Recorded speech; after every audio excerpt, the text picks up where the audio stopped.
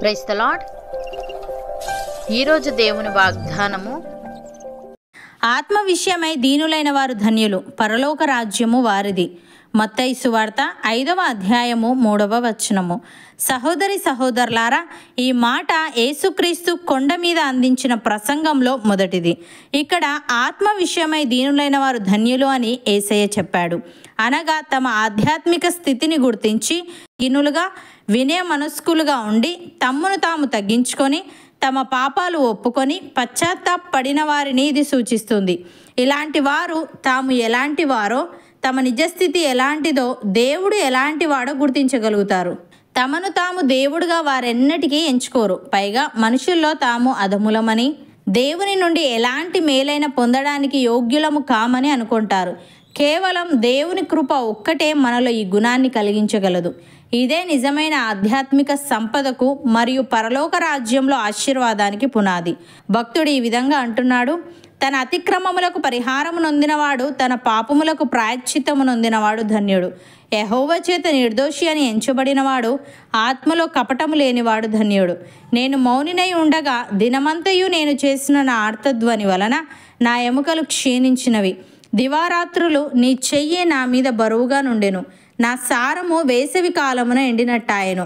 నా దోషమును కప్పుకొనక నీ ఎదుట నా పాపము ఒప్పుకొంటిని.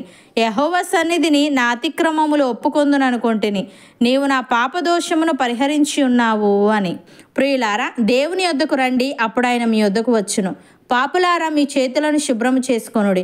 ద్విమనస్కులారా, మీ హృదయములను పరిశుద్ధపరచుకొనుడి.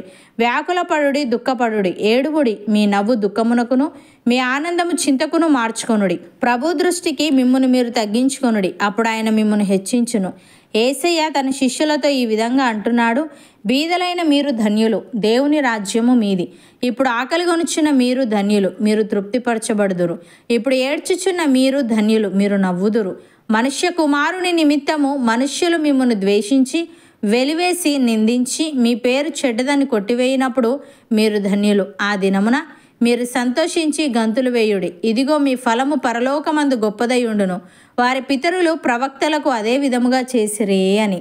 సహోదరి సహోదరులారా, మీరు ఆయనను చూడకపోయినను ఆయనను ప్రేమించుచున్నారు. ఇప్పుడు ఆయనను కన్నులారా చూడకే విశ్వసించుచు మీ విశ్వాసమునకు ఫలమును అనగా ఆత్మరక్షణను పొందుచు చెప్పనాశక్యమును మహిమాయుక్తమునైన సంతోషము గలవారై ఆనందించుచున్నారు. మీకు కలుగు ఆ కృపను గూర్చి ప్రవచించిన ప్రవక్తలు ఈ రక్షణను గూర్చి పరిశీలించుచు తమయందున్న క్రీస్తు ఆత్మ క్రీస్తు విషయమైన శ్రమలను గూర్చి వాటి తర్వాత కలగబో మహిమలను గూర్చి ముందుగా సాక్ష్యం ఇచ్చినప్పుడు ఆ ఆత్మ ఏ కాలమును ఎట్టి కాలమును సూచించుచూ వచ్చెనో దానిని విచారించి పరిశోధించిరి. పరలోకం నుండి పంపబడిన పరిశుద్ధాత్మ వలన మీకు సువార్త ప్రకటించిన వారి ద్వారా మీకిప్పుడు తెలపబడిన ఈ సంగతుల విషయమై తమ కొరకు కాదు గాని మీ కొరకే తాము పరిచర్య చేసిరను సంగతి వారికి బయలుపరచబడెను. దేవదూతలు ఈ కార్యములను తొంగి చూడగోర్చున్నారు. కాబట్టి మీ మనస్సు అను నడుము కట్టుకొని నిబ్బరమైన బుద్ధి గలవారై యేసుక్రీస్తు ప్రత్యక్షమైనప్పుడు మీకు తేబడు కృప విషయమై సంపూర్ణ నిరీక్షణ కలిగి ఉండుడి. అవును అన్నవారు నాతో పాటు ప్రార్థనలో ఏకీభవించండి.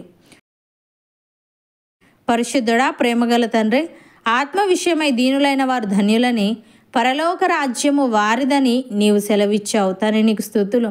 దేవా, మేము మా ఆధ్యాత్మిక స్థితిని గుర్తించి దీనులముగా వినయ మనస్కులముగా ఉండి మమ్మును మేము తగ్గించుకొని మా పాపాలు ఒప్పుకొని పశ్చాత్తాపడేవారంగా ఉండుటకు సహాయము దయచేయమని, మా చేతులను శుభ్రము చేసుకొని మా హృదయములను పరిశుద్ధపరచుకొని నీ దృష్టికి మమ్ములను మేము తగ్గించుకొని నీవు ప్రత్యక్షమైనప్పుడు మాకు తేబడు కృప విషయమై మేము సంపూర్ణ నిరీక్షణ కలిగి ఉండుటకు కృప చూపమని, పరలోక రాజ్యంలో నీతో పాటు యుగయుగాలు ఉండే భాగ్యం మాలో ప్రతి ఒక్కరికి నీవే దయచేయమని యేసుక్రీస్తు నామమున ప్రార్థిస్తున్నాము తండ్రి.